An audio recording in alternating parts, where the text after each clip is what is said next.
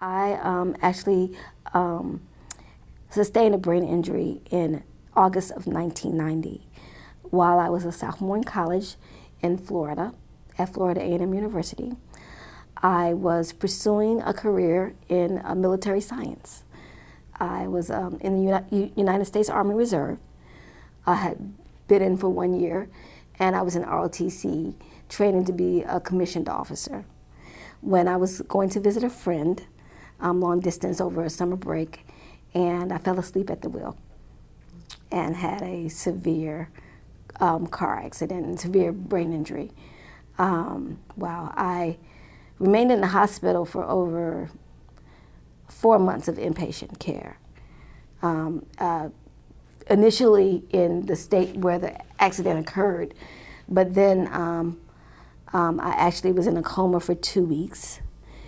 But then as I started to regain consciousness, my family air-vaxxed me back to the hospital in my hometown. My mother actually was a nurse, so I went back to the hospital where she worked so she could go back to work but yet still keep an eye on me. And I received, while I was there, I received occupational, physical, speech therapy, cognitive therapy, the whole gamut, neuropsychology. And I remained at the inpatient care for basically about three and a half months.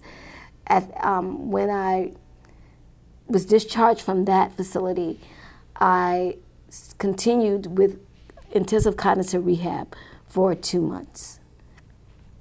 So altogether, I had approximately about 6 months of care in a hospital setting or a full-time outpatient setting. I then basically was released home, and with not much care after that. They did recommend that I have psychotherapy, but I refused to have it. And my only goal was to get a sense of normalcy and to return back to school, because that's all I knew. I was a student. I didn't know anything else. And I pushed and I pushed to go back to school. My mother and my neuropsychologist recommended that I delay that. I did not listen. And I threatened my mother that I would hitchhike and go back to school if she didn't take me back. So she consulted with my doctors, and they said, let her go. She'll realize soon that she can't do it. And I went back, and within 2 months' time, I was begging to come home. I flunked out all of my classes. I could not keep up with my ROTC classmates. I was losing all my friends.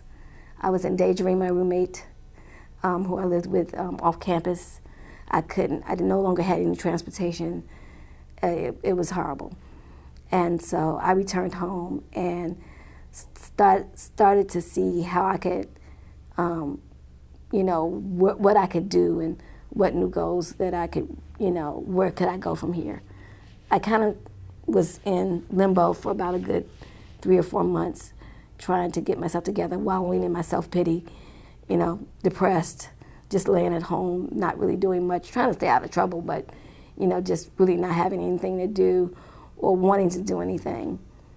Then I decided that I needed to go back and pursue something at school. I needed to go back to an educational setting, but I had to do it not the same way that I tried to do it before. I didn't actually use a lot of resources. There were resources given to my mother, but I thought I could do it on my own. So life at school was pretty difficult for me because I didn't have any help.